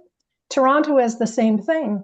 They've got a communities of inclusion strategy, and under that they have a women's strategy and a pride network strategy. So they're the kind of both and. I think that adding gender diverse to the mandate of the Women's Advisory Committee simply dilutes and weakens the emphasis of the Women's Advisory Committee. That's not good for women, and it's not a good time for this to happen. I think you're probably aware that there's a growing antagonism towards women and women's issues in the US and in Canada. There's tremendous hostility towards women politicians. In fact, when I spoke to the Executive Standing Committee, Mayor Savage asked me about whether our committee had really addressed the issue of the antagonism that women in politics are facing, and talked about women mayors who have resigned and are considering resigning because of the antagonism. So I think there's probably people in our community that would be quite pleased to have a weakened emphasis on women's issues. Now, I'm not one of them, but I think there are people that would like that. And another example of this is I was reading that in January of 2017, Ontario's first female premier created a new standalone ministry called the Ministry of for the Status of Women. So all provinces have ministers who have responsibilities for the status of women, but she elevated it to a separate ministry. And she did that in 2017. In 2018, Doug Ford, the new premier, dismantled it. And so it reduced that from a portfolio that had, portfolio responsibilities to one with non-portfolio responsibilities. And of course, there's so many issues that women's issues that need to be addressed. For example, on March 19th this year, not long ago, Victoria Wells reported in the Chronicle Herald that in February 2024, women between the ages of 25 and 54, I think that would include most of the people here in this room or on this call, make 87 cents for every dollar a Canadian man makes. And that's just up marginally from 86 cents between 2017 and 2019. So there's still a huge wage gap between men and women. And so I'm saying I think that women continue to need us to focus specifically on women's issues. And like I said, I am a little concerned about adding or not adding, that's not what I mean, as combining them kind of dilutes the focus. Both are needed, not one or the other. And as I think I mentioned at our last meeting, when I looked at the federal government's webpage for its Canadian Women and Gender Equality, it says that they're concerned to advancing equality and the inclusion of people of all genders. So once you say all genders, you're including men. And so where does that leave women? So I think that that's a bit risky wording. And then even closer to home, you may not have seen this, but I saw on our local CTV television focused an event for Women's Day, which was a drag queen event. And it made no mention whatsoever of any of the events that were happening in our community, which there were some, that were specifically women-based. So, and then again, notwithstanding what Doug Ford did in Ontario, many provinces, in fact, the majority of them, continue to have provincial councils of women with ministers responsible for the status of women. There's a Provincial Council of Women of Ontario. There's a Nova Scotia Advisory Council on the status of women, a PEI Council on the status of women, a Manitoba Women's Advisory Council, a New Brunswick Women's Council, a Newfoundland Status of Women Council. Alberta, Saskatchewan, and Ontario have offices for the status of women. And there are cities like Halifax who have committees and boards specifically to address women's concerns. So, for example, Edmonton has the Women's Advisory Voice Committee, and the City of Ottawa has a Women and Gender Equity Strategy, which plans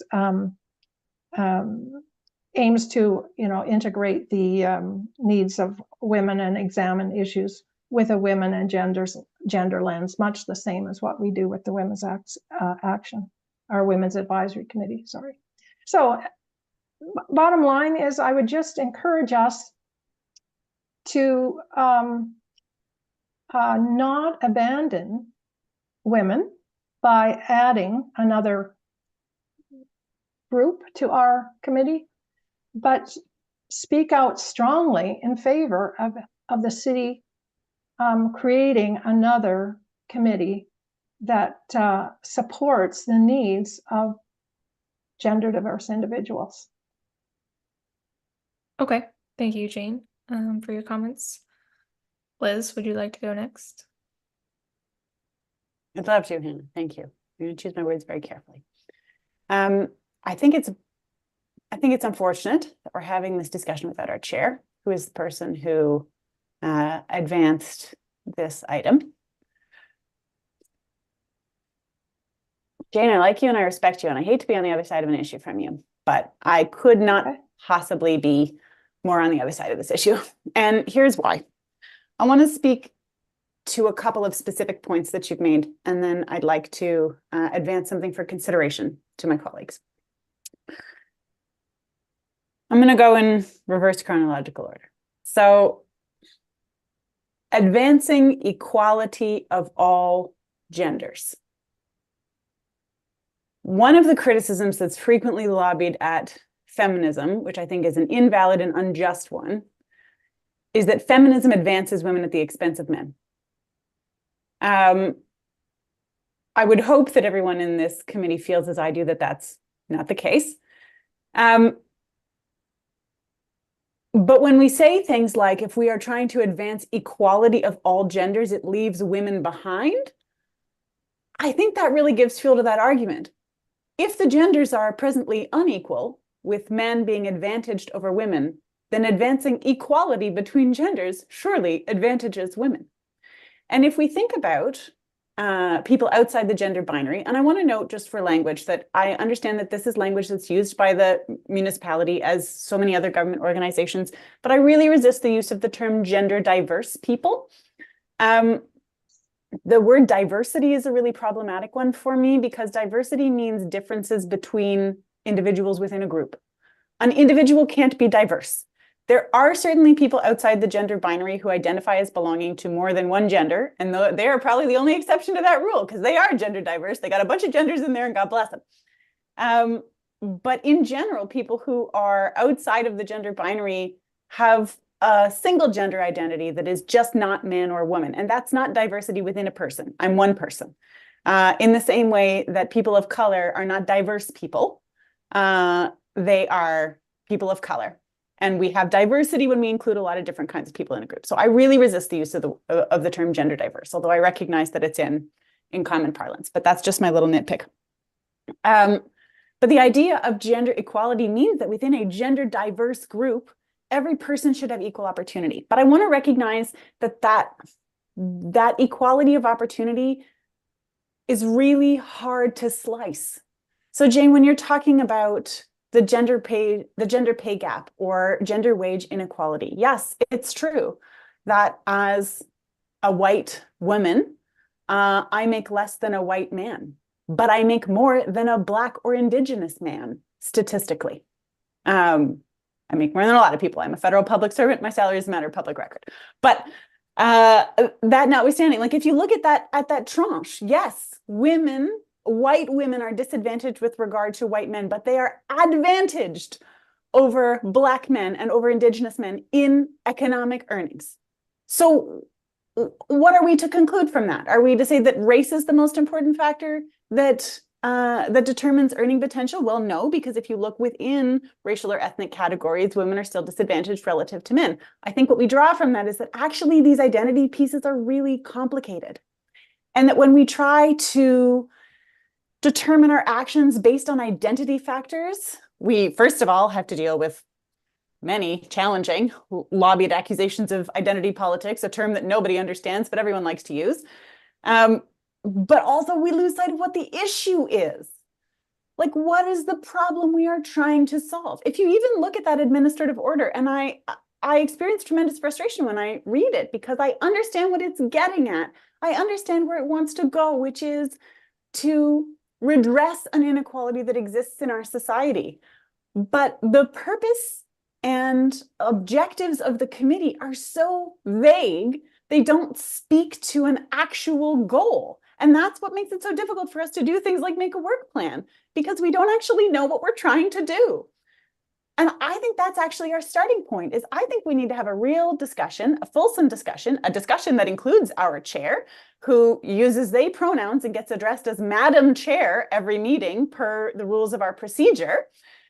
I think we need to have that discussion about what it is that we are actually trying to achieve and make a decision about what we're trying to achieve. And I would submit for consideration to my colleagues that maybe we actually shouldn't be a committee focused on identity. We should be a committee focused on an issue. So maybe our issue is gender equality, or our issue is applying a gender-based lens to policy. Our issue is redressing these social inequalities in a way that considers all of the different pieces and all of the different identity factors. I think the idea of further slicing us so that we could have a women's committee and then we could have a TTNB committee, like, do we then need to subdivide this committee so we can have a committee for women of different ethnic backgrounds? So we can have a committee for immigrant women versus Canadian women who are come from away versus Nova Scotian women. Like, all of these things impact the way that our identities shape us and the way that they shape our experience in the world because of how people perceive us. I think once we get into those fine distinctions, instead of trying to find commonalities, like the experience of gender-based marginalization, which would be my argument for including TTNB people in the Women's Advisory Committee, which is that we would include all individuals who have experiences of gender-based marginalization, for which they share a very large number of experiences, more than they differ from. I think if we want to think about what we are actually trying to achieve, the lens we are actually trying to bring, and the impact that we actually hope to have. And I think if we can figure that out, then we'll know what we want to call the committee and who we want to be on it. I also just want to say, I want to make one concluding remark, and I don't want it to be too personal, but I would love for everyone, if they feel able to do so, to reflect on that personal element of it. When women first began to be included in public spaces, when women first began to be recognized as persons in this context, there was a big pushback. Let's give them their own space. We don't need them in men's spaces. They'll just ruin our lovely men's spaces with all their talks of, I don't know, laundry and cakes and things. If they want to have an impact, that's great. We'll give them their own place where they can figure things out and they can make a recommendation and we can take it or leave it. I think when we talk about both and, when we talk about separating out certain groups of people because it doesn't feel right to recognize our commonalities with them and to include them on the basis of our shared experiences or our similar experiences, we are always in a position where we are running perilously close to a place that we don't want to be. So I encourage everyone to think about that piece and to think about what it would feel like or what it has felt like, depending on your own social location,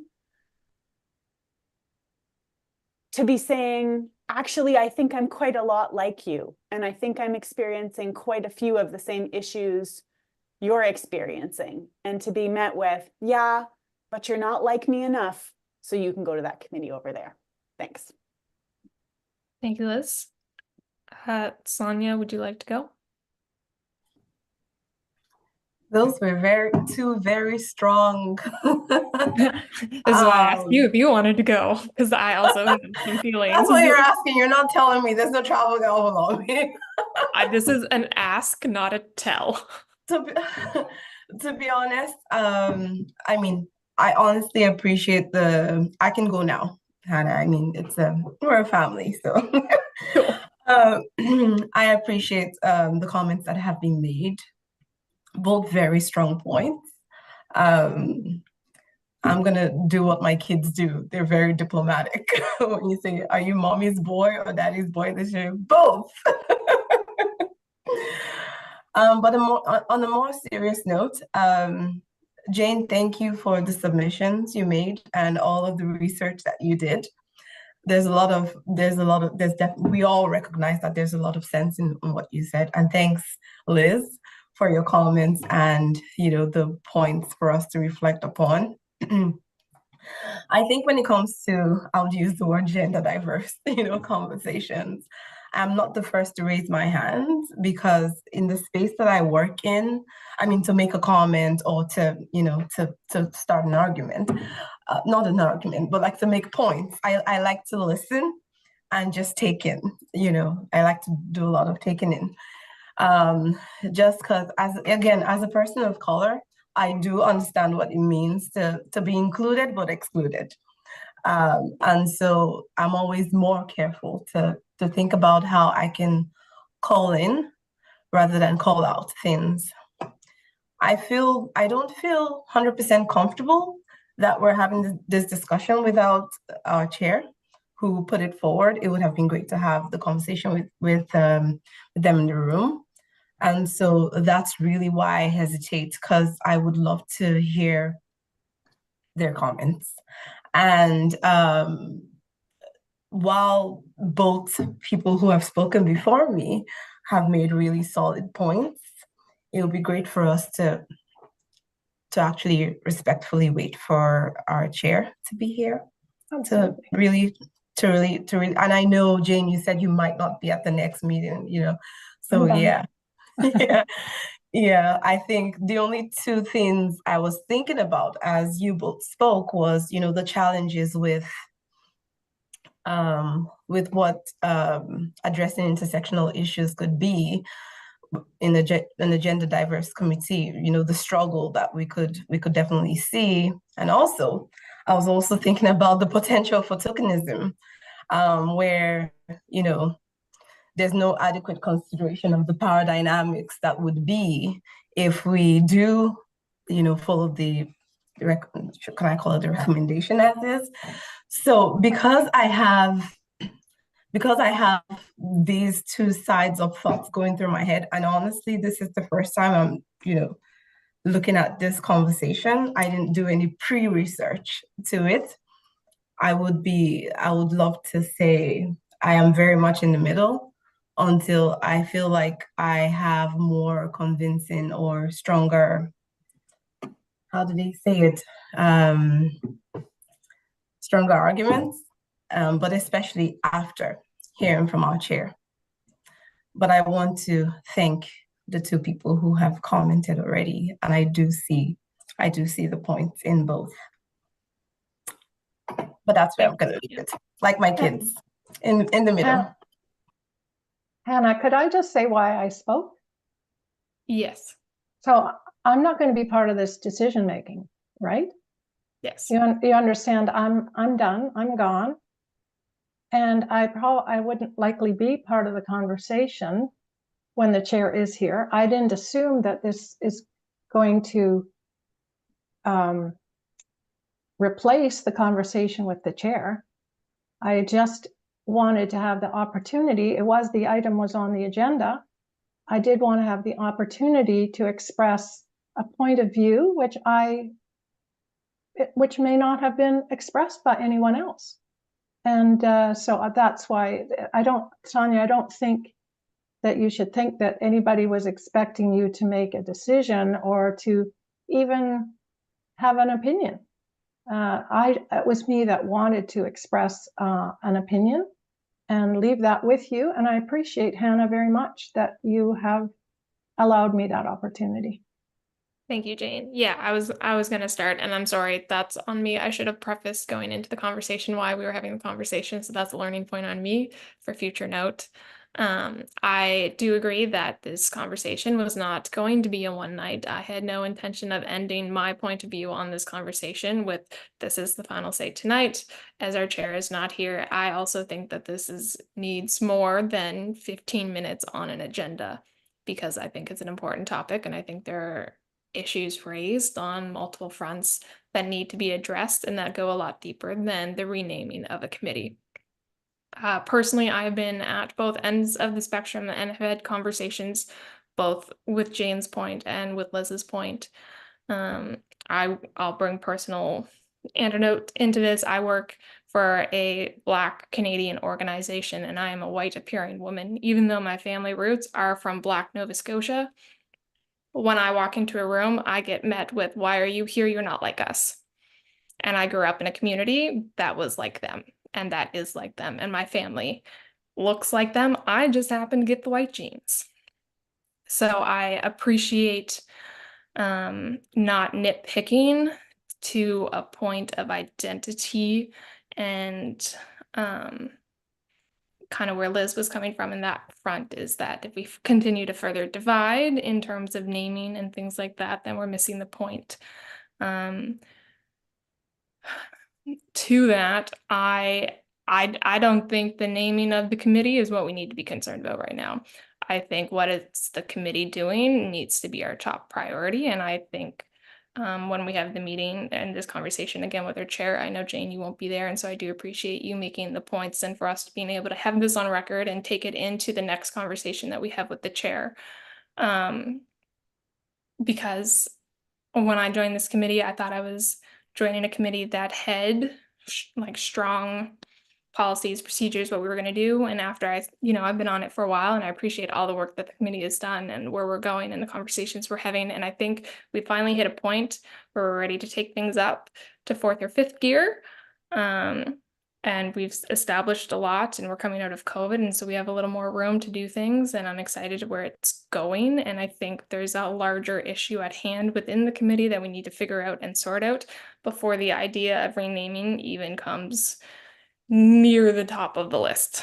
Personally, that's where I see this going, and so I'm excited for when our chair does return, so we can have this conversation again, and hopefully other members like our counselors will be here and present, and we can continue looking at our work plan and really focusing on what we want to do. We have the power to do something. That is why we're here. And so what do we want to do with that? Because nobody wants to spend 2 hours on a Thursday evening going around in circles and not having any actual change. So that is my 2 cents, and I thank you for everybody for participating. Again, I should have prefaced that this was going to be very limited discussion and not too formal, because I did want to give Jane the opportunity to share her piece, as she will not be at our next meeting. So comments, questions before we keep going? I know we're at time and I don't want to keep us anymore, but. Question. So Jane's not going to be at any meeting moving So, forward? Sonia, I'm done, right? This is I'm at Jane's the last I'm meeting. at the end of my term, and so I think I don't really get the terms, but I think it was sort of end of April. So Okay. I don't feel any I've spoken several times about this issue of having replacement members. I mean, one of the issues that is in front of us is we have 4 members here today talking about very important issues and learning about, and our full complement is 11 members. I don't know why or where are they? Anyways, I'm to be replaced, but if I'm not replaced next meeting, it's just one last member that'll be sitting at the table talking about issues, because I've come to what I believe is the end of my term, and I appreciate it very much, the opportunity. And I'm strongly, as you can hear, committed to women's issues. Probably reflects my age. The only last thing I would say, Hannah, is that and Elizabeth, that when you're going to continue this discussion, one of the pieces of information that would be helpful, because I don't have it at the top of my head, would be just the other committees of the city. Like, for instance, I think, is there a committee on accessibility? There's an accessibility committee. I think there's a committee. There is, yeah. There is an accessibility committee, African Descent Advisory Committee. Yeah, so there are groups that are. So the idea of having another committee is not a foreign idea. It's just. So I didn't have that information. But when you go to make this, if you have this conversation again, you might want to just have that information at hand. Thank you, Jane. So I guess the end of this is, for somebody to make a motion that this item be added to next month's agenda as well, so we can continue this conversation with our chair present. You don't actually have to have a motion, because the chair can set the agenda. Okay, but cool. I think it's an indication to the chair that you would like to continue it, but it may be that's not what the chair would like to do next meeting. But I think if they're listening, they'll know that this is a topic that should be considered again at, if not next meeting, another meeting soon. For sure. Yeah. Thank you, Jane. So coming to the end of that conversation, I don't think there are any action steps we need to take from here. You're all good. The only other thing I was going to say is, I know we're only slightly over time. We do have one more item on our agenda, the added item 10.1, which is the item that Jane added, which, in the interest of Jane likely not being at the next meeting as her term is ending, I would ask that just a quick motion be passed to extend the meeting time past 6:30. So I would make that motion for self-interest here. I'll second it, out of the interest of having more time with Jane. Cool. And if you could just call for the question, Hannah, then we can move on to 10.1. All in favor of extending the meeting? Aye. Any opposed? Meeting extended. We get to keep talking to Jane for a little bit longer. Sorry, so you have to listen again. Sorry. So I just wanted to really convey to you how proud I was to be able to report to the Executive Standing Committee on behalf of our committee, because the Executive Standing Committee were very, very complimentary to us. In fact, one of the councillors said, you know, perhaps we could be used as a model for other committees and how they take action. So that I wanted to just let you know personally that they were very complimentary. The way I positioned the presentation is that I took our priorities, our 3 priorities, addressed each priority that we had identified at the beginning of the year, and then the various presentations we'd heard either from community members or from committee members or from staff.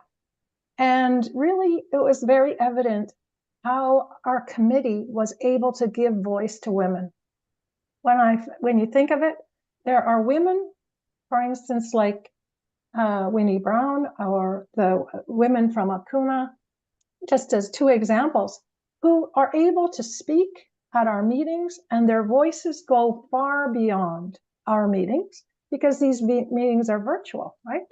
And people can tune in and people can hear the video recording. And I think that is so important, such an important function of this committee, just giving voice to various people. And for example, today, we gave voice to the regional planning people who might not otherwise have been able to share that information with a broader community. So that's how I positioned our annual report. You're going to get a copy of it. You can have a read through. And the Executive Standing Committee approved our annual report, and they approved our work plan. And so you're off and running with some tasks for next year. So again, I just want to say I was really proud to be able to present that report to the Executive Standing Committee on your behalf and to talk about all of your hard work. Thank you, Jane. That's exciting, and we're so grateful for all of the work that you did in helping us get to where we're at. Good. Well, good luck. It's been so much fun. You're off on a good trajectory here. Any comments, questions for Jane on her little update? I don't have any comments or questions for Jane, but I do have a question for you, Chair in lieu, which is there had previously been an action item in which I was to present a revised version of the work plan to the committee at the May meeting, which is the next meeting, which was moved by Councillor Lovelace and which was accepted. Since the executive committee has approved our previous work plan, I imagine that action item will no longer be carried out. I don't think so. I thought, and I could be wrong, I thought the understanding was we were going to get the work plan approved and then we were going to revise it and ask them to approve it again, just so we had something to work off of. Okay, cool, great. Just wanted to make sure that I should do the thing I'm planning to do and that I don't show up in May being like, hey guys, look what I did. And you're all like, why? I think you should still be doing the thing that you were planning to do. I had the same understanding as you, Hannah. Okay, cool. Okay, cool and great. Everything proceeds as previously planned. No changes to be made. The best situation to be in. Love it. Okay, so last item, just because we do have to get to this, and then I want you all to enjoy the rest of your Thursday evenings. I unfortunately do have to drive home in the snow, so wish me luck for that. But item number 11 on the agenda, this is Councillor Kent's 3rd meeting that they have missed. And so I am, I guess, asking or seeing if anybody wants, or go ahead, Elizabeth, you can do this. So just as per admin order, this is Councillor Kent's 3rd meeting, and due to that, the committee needs to pass a motion that would grant Councillor Kent a leave of absence from the Women's Advisory Committee until April 30th, 2024. So I'm guess just to advise the committee that Councillor Kent has notified the clerk's office of their absence from today's meeting, and pursuant to the Halifax Regional Municipal Charter, sections 14.4 and 22.1, Councillor Kent requests that the Women's Advisory Committee recommends that Executive Standing Committee grant Councillor Becky Kent a leave of absence from Women's Advisory Committee meetings until April 30th, 2024. And if the committee is able to pass that motion, then we will see Councillor Kent at our May meeting. Yes, Jane. I so move. I just have a question. Yeah. Does the question come before the motion or after the motion? After it's seconded. Well, then I'll second it and then I can ask a question. We have an attendance policy and that's why we have to do this motion, correct? That is correct. Just want to throw it out there. I know Councillor Kent's very busy, a lot of responsibilities, very sympathetic. What's the point of an attendance policy if the attendance policy doesn't actually apply if we just do a motion? So there's really two options. So after a committee member has missed 2 meetings, they are advised that either if they miss a 3rd meeting, they would cease to be a member, or they can submit a leave of absence if due to personal reasons they are not able to attend the meetings or would not be able to attend the 3rd meeting. So in this case, Councillor Kent has requested a leave of absence. Okay, well, yes, all right. If it's aligned with other general leave policies, which is, you know, if you have extenuating circumstances in your life, and we trust Councillor Kent, of course, that if she's making that request, is it she or they? 2 people have now used they, and I want to make sure I get it right. I believe Councillor Kent uses she, her Okay, pronouns. Yeah. So yes, if she's requested that leave of absence on the basis of personal reasons, then yes, of course, I second. I'm good to go. Let's give it to her. Okay, all in favor of giving Councillor Kent this leave of absence, say aye. And any opposed? I see we lost Sonia. We'll proceed. We'll proceed. Fantastic. Great. Motion carried. All right. Anybody want to move to adjourn this meeting? And just I'd love sorry, to one more adjourn. thing. Date of the next meeting as per the agenda is May 2nd, 2024. Motion to adjourn. Oh, Sonia lost power. That's unfortunate. Great. Happy Thursday, everybody. See you May 2nd. Jane, thank you for all of your hard work. I'm going to miss your face so much. That's yours. Stay connected, please. We'll miss you Will so do. much, Jane. Yeah, but good. we'll know that you're watching us live on the Halifax Regional Municipalities YouTube channel. And we Yeah. expect to see you at our in-person meetings. For sure. For sure. Have a good night, y'all. Yeah. All right. Thank you. Bye. Bye, everyone.